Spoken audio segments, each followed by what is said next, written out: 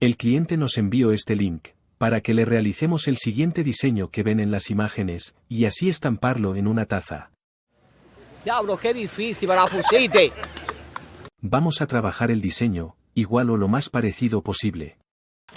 ¡Chao!